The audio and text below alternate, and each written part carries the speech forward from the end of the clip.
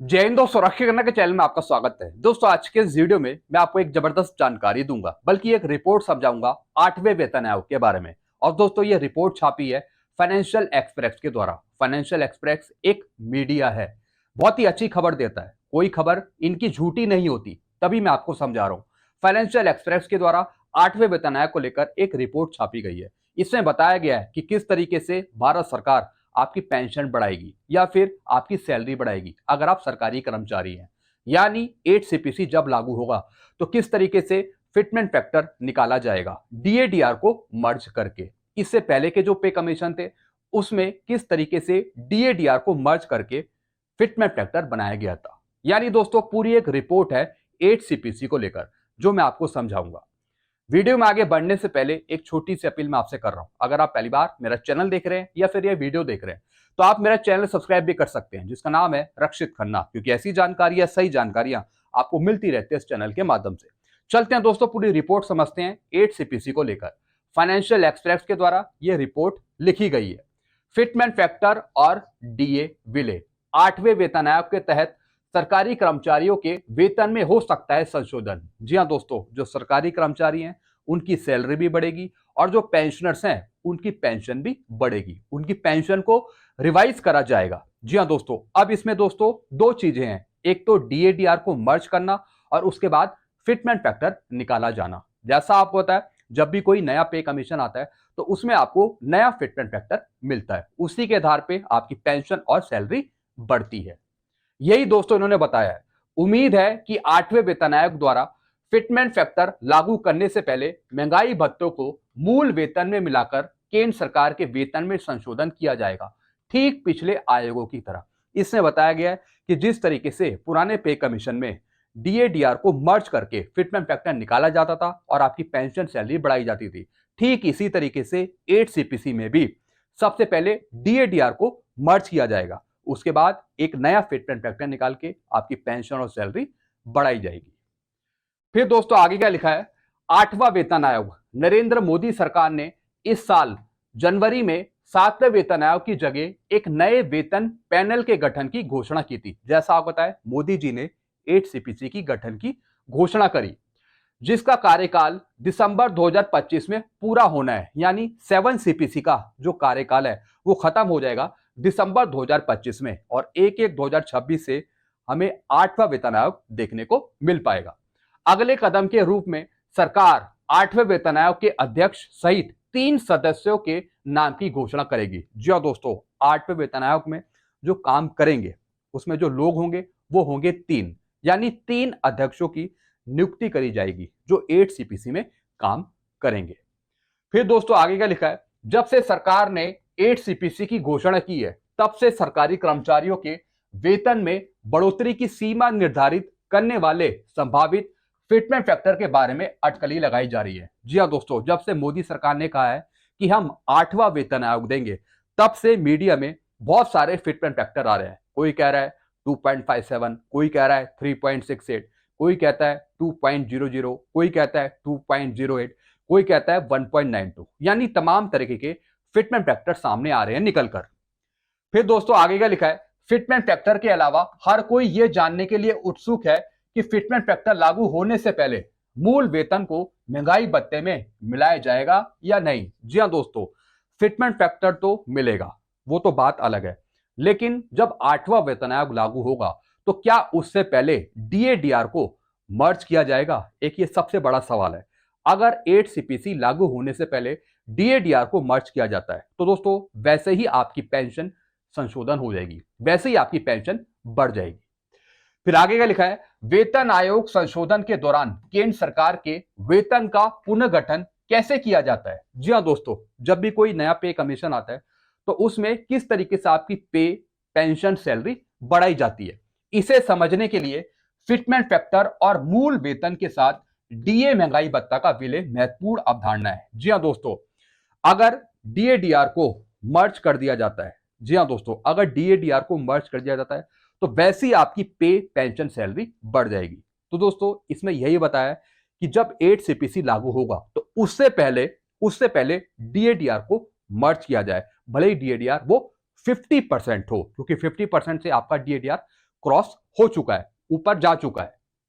फिर आगे क्या लिखा है, फिटमेंट फैक्टर क्या है। जी हाँ दोस्तों, अब इन्होंने बताया कि फिटमेंट फैक्टर किस पर काम करता है। What is the meaning of fitment factor. Fitment factor एक गुणक है जिसका उपयोग वेतन आयोग के कार्यान्वयन के दौरान मूल वेतन को संशोधित करने के लिए किया जाता है। जी हाँ दोस्तों, यानी जो आपकी बेसिक पेंशन है उसको चेंज करने के लिए फिटमेंट फैक्टर यूज किया जाता है। यानी जो सैलरी पर्सन है उनको बेसिक पे में फिटमेंट फैक्टर मिलता है पे मैट्रिक्स के अनुसार, और जो ओआरओपी ले रहे हैं या फिर जो बेसिक पेंशन ले रहे हैं पेंशनर्स, उनकी पेंशन को चेंज करने के लिए फिटमेंट फैक्टर यूज किया जाता है।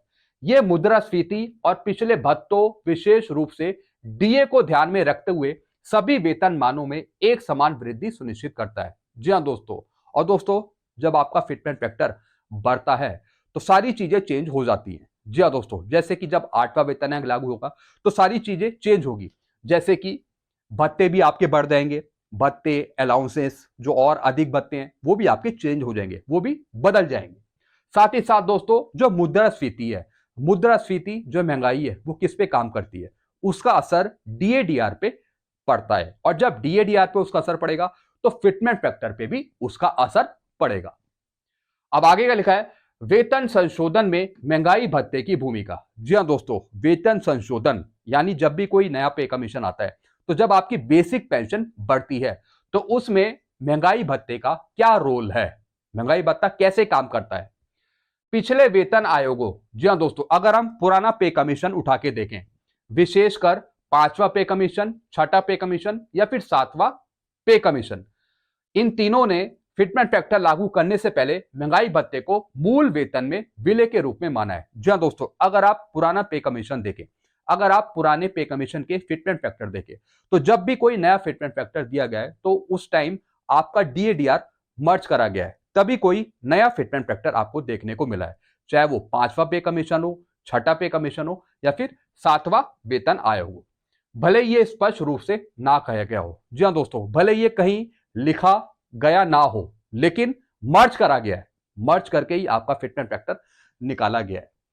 फिर दोस्तों आगे क्या लिखा है, जनवरी 2016 में जब 7वां वेतन आयोग लागू हुआ था तब केंद्र सरकार के कर्मचारियों अपने मूल वेतन पर 125% डीए प्राप्त कर रहे थे। जी हाँ दोस्तों, जब 6ठा पे कमीशन लागू हुआ था और जब 6ठा पे कमीशन खत्म होने को था तो दोस्तों आपका डीए 100% से ऊपर पहुंच गया था, 119%, 125% तक। और दोस्तों उस टाइम भी आपका डीए मर्ज कर दिया गया था, तब हमें एक नया फिटमेंट फैक्टर मिला था, और कितना मिला था, 2.57, यानी छठे पे कमीशन की जो भी बेसिक पेंशन थी उसको 7 सीपीसी की बेसिक पेंशन में चेंज किया गया था 2.57 फिटमेंट फैक्टर यूज करके। आयोग ने 2.57 के फिटमेंट फैक्टर की सिफारिश की थी, जो अनिवार्य रूप से इस प्रकार था। 7वें केंद्रीय वेतन आयोग में इस्तेमाल किया गया 2.57 मल्टीप्लाई का फिटमेंट फैक्टर मनमाने ढंग से तय नहीं किया गया था। जी हाँ दोस्तों, भारत सरकार ने 2.57 ऐसे ही नहीं दिया था, इसकी कैलकुलेशन हुई थी सेपरेट, अभी मैं आपको आगे से बताऊंगा। फिर दोस्तों आगे क्या लिखा है, ये एक संचारित गणना से प्राप्त किया गया था जिसमें प्रभावी रूप से मूल वेतन का 100%, 125% डीए, मूल और डीए की मर्ज की गई राशि पर लगभग 14.22% की वास्तविक वृद्धि शामिल थी। जी हाँ दोस्तों, 7 सीपीसी का जो आपको 2.57 फिटमेंट फैक्टर मिला उसमें 125% भी शामिल था डीए। जी हाँ दोस्तों, यानी बेसिक प्लस डीए, जो आपका डीए चल रहा था उसको मर्ज किया गया, फिर टोटल 125% बनाया गया। और फिर दोस्तों जो गवर्नमेंट ने उसमें वृद्धि करी थी वो करी थी दोस्तों 14.22% की, 14.22% की वास्तविक वृद्धि हुई थी आपकी पे में। मैं 7 सीपीसी की बात कर रहा हूं, 7 सीपीसी में बहुत ज्यादा वृद्धि नहीं हुई थी, अभी भी उसमें कई विसंगतियां शामिल हैं 7 सीपीसी में। अब आगे का लिखा है, इसलिए संशोधित वेतन 2016 तक मूल वेतन और संचित महंगाई भत्ते के समेकित आंकड़ों पर आधारित था। जी हाँ दोस्तों, जो भी आपकी पेंशन रिवाइज होती थी, जो भी आपकी पेंशन रिवाइज हुई, सैलरी रिवाइज हुई, उसमें अहम रोल था बेसिक का और डीए का। फिर दोस्तों आगे क्या लिखा है, गणना उदाहरण। अब दोस्तों कुछ एग्जाम्पल दिए हैं जो समझना बहुत जरूरी है। यदि किसी सरकारी कर्मचारी का मूल वेतन 10,000 रुपए है, ध्यान से सुनिए, अगर किसी सरकारी कर्मचारी का मूल वेतन 10,000 रुपए है तो कैलकुलेशन कैसे होगी, जैसे दोस्तों उस टाइम अगर मैं 6 CPC की बात करूं, जब 6 CPC खत्म हुआ 31/12/2015 तक, या फिर 7 CPC में 1/1/2016 तक, तो दोस्तों उस टाइम आपका डीए था 125%। 125%। तो अगर आप 10,000 का 125% करेंगे तो दोस्तों यहां पे आएगा 12,500। तो 12,500 प्लस 10,000, ये टोटल आ जाएगा 22,500। अब दोस्तों इसका हम करेंगे 14.22%, यानी भारत सरकार ने जितनी वृद्धि करी थी पे में, जितनी वृद्धि करी थी पे में 7 CPC में, कितनी करी थी दोस्तों? 14.22% की। तो दोस्तों 22,500 का 14.22% कितना आएगा? 3199.5। तो दोस्तों टोटल आ जाएगा 22,500 प्लस 3199.5, टोटल आएगा 25,699.5। जी हाँ दोस्तों, अब दोस्तों अगर हम इसको अप्रॉक्स माने तो लगभग 25,700 के आसपास। अब दोस्तों अगर आप डिवाइड करेंगे 25,700 को 10,000 से, तो दोस्तों फिटमेंट फैक्टर आएगा 2.57। जी हाँ दोस्तों, यानी अगर 125% उस टाइम दिए था तो बेसिक भी उसमें इंक्लूड होगी। बेसिक को दोस्तों हम लेते हैं यहाँ पे 100। जी हाँ दोस्तों, यानी 100 प्लस 125, उसी के आधार पे आपका फिटमेंट फैक्टर निकाला गया था 2.57। इस तरीके से भी दोस्तों आप कैलकुलेट कर सकते हैं और इसके आधार पे भी 2.57 फिटमेंट फैक्टर हमें देखने को मिलेगा। इसका मतलब यह है कि संशोधित वेतन सिर्फ पुराने बेसिक पर आधारित नहीं था, बल्कि बेसिक प्लस डीए के संयुक्त आंकड़े पर आधारित था। जी हाँ दोस्तों, फिटमेंट फैक्टर निकालने के लिए या फिर आपकी पेंशन बढ़ाने के लिए उसमें दो चीजें यूज हुई, बेसिक प्लस डीए। जी हाँ दोस्तों, बेसिक प्लस डीए का अहम रोल था आपकी पेंशन बढ़ाने के लिए या फिर फिटमेंट फैक्टर को देने के लिए। अब दोस्तों इसमें आगे क्या लिखा है? पांचवा वेतन आयोग। जी हाँ दोस्तों, जैसा मैंने आपको बताया हम पुराने वेतन आयोग का भी जिक्र करेंगे इस रिपोर्ट में। सबसे पहले पांचवा वेतन आयोग 1996 में, उस टाइम भी दोस्तों आपका डीएडीआर मर्ज करा गया था। जी हाँ दोस्तों, और दोस्तों उस टाइम जो आपका डीए चल रहा था वो 61% चल रहा था जब डीए को मर्ज करा गया था, यानी 50% डीए को मर्ज कर दिया गया था उस टाइम। ये लगभग 2004 की बात है। सरकार ने महंगाई भत्ते को मूल वेतन में मिला दिया था तथा 1.86 का फिटमेंट फैक्टर लागू किया था। जी हाँ दोस्तों, यानी पांचवे से छठे पे कमीशन पे आने के लिए फिटमेंट फैक्टर यूज हुआ 1.86, और वो भी डीएडीआर को मर्ज करके। ये कारक मूलत 61% डीए विलय और 28 से 30% वास्तविक वृद्धि का प्रतिनिधित्व करता है। जी हाँ दोस्तों, सबसे कम बढ़ोतरी जो हुई वो 7 CPC में हुई। 6 CPC में 50% से ज्यादा की वृद्धि हुई थी पे और पेंशन में। 5th CPC में भी इतनी वृद्धि नहीं होती, 5th CPC में भी कम वृद्धि हुई थी, लेकिन हुई थी, थोड़ी बहुत अच्छी बढ़ोतरी थी। फिर दोस्तों छठा वेतन आयोग जो हमें मिला 1/1/2006 से, डीए लगभग 125% तक पहुंच गया था। यानी अगर हम 1 जुलाई 2015 से डीए देखें तो उस टाइम था 119%, और 1/1/16 को हमें देखने को मिला था 125%। लेकिन जब 7 CPC हमको मिला, जब नया फिटमेंट फैक्टर हमको दिया गया, तो दोस्तों फिर आपका डीएडीआर 0% हो गया 1/1/2016 से। फिर आगे क्या लिखा है? यद्यपि महंगाई भत्ते को स्पष्ट रूप से विलित नहीं किया गया था, फिर भी 1.86 का फिटमेंट फैक्टर लाभ यही दर्शाता है कि इसे वेतन बैंड और ग्रेड वेतन के माध्यम से संशोधित वेतन संरचना में समाहित कर लिया गया था। जी हाँ दोस्तों, अब दोस्तों अगर हम 7 CPC का फिटमेंट फैक्टर देखें, 7 CPC का फिटमेंट फैक्टर 2.57, तो उस टाइम जो डीए चल रहा था 125%, 1/1/16 से पहले, उसको भी कहीं ना कहीं मर्ज करा गया। जी हाँ दोस्तों, बेसिक प्लस डीए को जोड़कर फिर एक नया फिटमेंट फैक्टर निकाला गया 2.57। 1.86 गुणा से मूल प्लस डीए प्लस मामूली वृद्धि को प्रतिबिंबित करता है। जी हाँ दोस्तों, इससे पहले हमें 1.86 मिला, उसके बाद दोस्तों फिर 7 CPC में ग्रेड पे को हटा लिया गया, फिर हमें एक फिटमेंट फैक्टर मिला 2.57। फिर आगे क्या लिखा है? अब दोस्तों पिछले वेतन आयोग के तहत डीए और फिटमेंट फैक्टर, जो दोस्तों अगर हम पुराने वेतन आयोग देखें और फिर फिटमेंट फैक्टर देखें, उसमें वेतन आयोग सबसे पहले 5th CPC, पांचवा पे कमीशन, उस टाइम दोस्तों आपका डीएडीआर मर्ज किया गया था। उस टाइम 50% से डीएडीआर आपका ऊपर पहुंच गया था।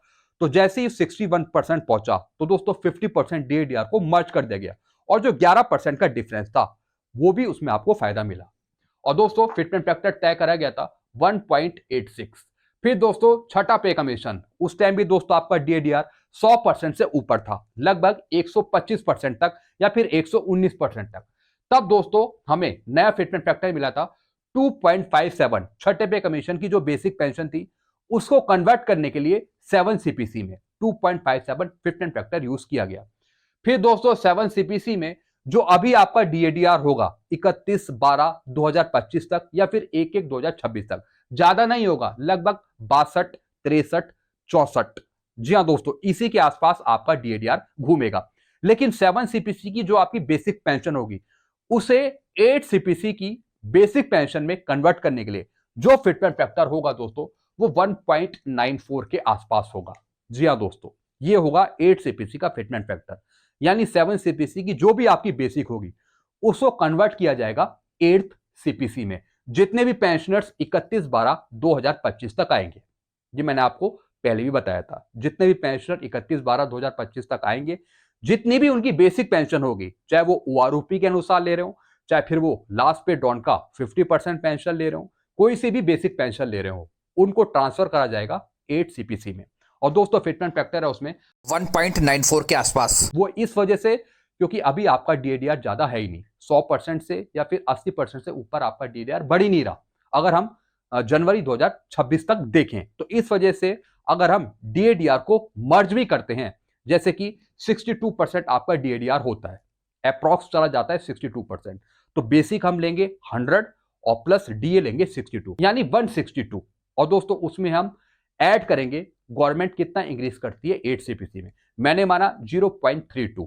जी हाँ दोस्तों, तो अगर हम ऐड करेंगे तो फिटमेंट फैक्टर यहाँ पे 1.94 1.92 के आसपास आता है। जी हाँ दोस्तों, वैसे हम तो डिमांड कर रहे हैं कि 2.57 2.86 के आसपास मिले, लेकिन डीएडीआर को मर्ज करने के बाद आपका फिटमेंट फैक्टर 2.00 से नीचे आ रहा है, जैसा मैंने आपको यहाँ पे बताया। बाकी देखेंगे कि गवर्नमेंट आगे कितना अप्रूव करती है। 8वें वेतन आयोग के तहत केंद्रीय कर्मचारियों के वेतन में कैसे होगा संशोधन? जी हाँ दोस्तों, किस तरीके से संशोधन किया जाएगा केंद्रीय कर्मचारियों के लिए या फिर पेंशनर के लिए? पिछले आयोगों की तरह 8वें वेतन आयोग में भी इसी प्रकार का दृष्टिकोण अपनाए जाने की संभावना है। जी हाँ दोस्तों, जिस तरीके से कोई नया फिटमेंट फैक्टर निकालने के लिए डीए को मर्ज करा जाता है, ठीक इसी तरीके से जब 8वां वेतन आयोग हमें मिलेगा तो उस टाइम भी दोस्तों डीए को मर्ज करके एक नया फिटमेंट फैक्टर दिया जाएगा, जैसे मैंने आपको यहां पर अभी बताया। अब दोस्तों इसका पूरा कंक्लूजन क्या निकलता है, निष्कर्ष क्या निकलता है, वो समझना जरूरी है। हाल के रुझानों से पता चलता है कि फिटमेंट फैक्टर केवल मूल वेतन पर लागू नहीं होता। जी हाँ दोस्तों, जो फिटमेंट फैक्टर है वो डायरेक्ट बेसिक पे पर लागू नहीं होता। फिटमेंट फैक्टर कहीं ना कहीं बेसिक पेंशन पे लागू होता है। जैसे किसी की दोस्तों बेसिक पेंशन है यहाँ पे 20,463, तो दोस्तों इस पर फिटमेंट फैक्टर लगेगा 8 सीपीसी का, जैसे मैंने यहाँ पे माना 1.94, और जो भी दोस्तों अमाउंट आएगा वो आपका नया बेसिक पेंशन होगा 8 सीपीसी का। तो बेसिक पे में फिटमेंट फैक्टर यूज नहीं होगा, बेसिक पेंशन पे फिटमेंट फैक्टर यूज होता है। इसके बजाय डीए को पहले संशोधित आधार में मिला दिया जाता है, फिर उसको शामिल कर लिया जाता है और फिर बढ़ोतरी लागू करी जाती है। जी हाँ दोस्तों, ज्ञानियों ने बताया कि किस तरीके से फिटमेंट फैक्टर निकाला जाता है। फिटमेंट फैक्टर दोस्तों यहाँ पे कहीं ना कहीं बेसिक पे प्लस डीए उसको जोड़कर यहाँ पे निकाला जाता है, लेकिन पेंशन रिवाइज करने के लिए जो फिटमेंट फैक्टर यूज करा जाता है वो बेसिक पेंशन पे किया जाता है। फिर आगे क्या लिखा है, यह मिसाल एक महत्वपूर्ण अंतर्दृष्टि प्रदान करती है क्योंकि कर्मचारी किसी भी संभावित 8वें वेतन आयोग के कार्यान्वयन से पहले उच्च फिटमेंट फैक्टर के लिए दबाव डालते रहे हैं। जी हाँ दोस्तों, ये तो फिटमेंट फैक्टर हमने यहाँ पे कम ही बताया, लेकिन संगठनों की डिमांड है कि ज्यादा फिटमेंट फैक्टर दिया जाए। भारत सरकार पे दबाव बनाया जा रहा है कि फिटमेंट फैक्टर लगभग 2.28 से ज्यादा दिया जाए, 2.86 या फिर 2.90 के आसपास फिटमेंट फैक्टर दिया जाए, ताकि पेंशनर्स की पेंशन अच्छी खासी बढ़ सके, सरकारी कर्मचारियों की सैलरी अच्छी खासी बढ़ सके। जब भी दोस्तों कोई नया पे कमीशन आता है तो उससे पहले संगठनों द्वारा दबाव बनाया जाता है भारत सरकार पे कि फिटमेंट फैक्टर ज्यादा दिया जाए। जी हाँ दोस्तों, भले ही आंकड़ों के आधार पे फिटमेंट फैक्टर कम आ रहा हो, लेकिन कहीं ना कहीं दबाव बनाया जाता है ताकि फिटमेंट फैक्टर हमें अच्छा खासा देखने को मिले भारत सरकार के द्वारा। बाकी भारत सरकार पे डिपेंड रहेगा कि फिटमेंट फैक्टर भारत सरकार क्या देती है। तो दोस्तों ये रिपोर्ट मैंने आपको समझाई 8 सीपीसी की, आप समझ गए होंगे अच्छे से। इसके रिगार्डिंग आपके कोई अपने सुझाव हैं या फिर आप कुछ और समझते हैं तो आप नीचे कमेंट करके जरूर बताइएगा। वीडियो में ही खत्म करता हूं। चैनल आपको अच्छा लगता है तो चैनल को आप सब्सक्राइब कर सकते हैं और वीडियोस को आप शेयर करना मत भूलिएगा। Thank you so much.